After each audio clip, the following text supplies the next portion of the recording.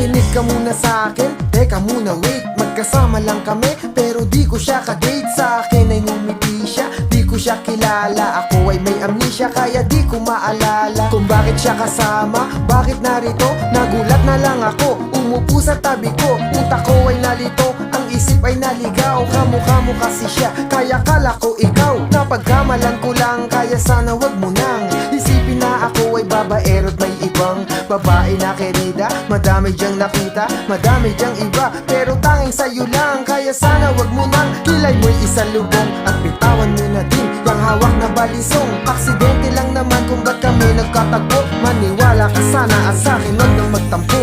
Pagod na ang puso ko sa iyong mga dahilan.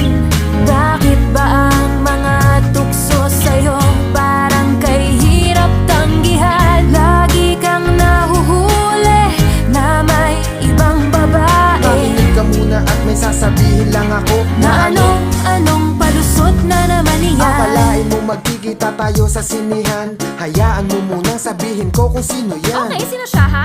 Pasyente ko na may tumor. Pasyente? Ay, oo nga pala, hindi ako doktor. Eh kasi naman gusto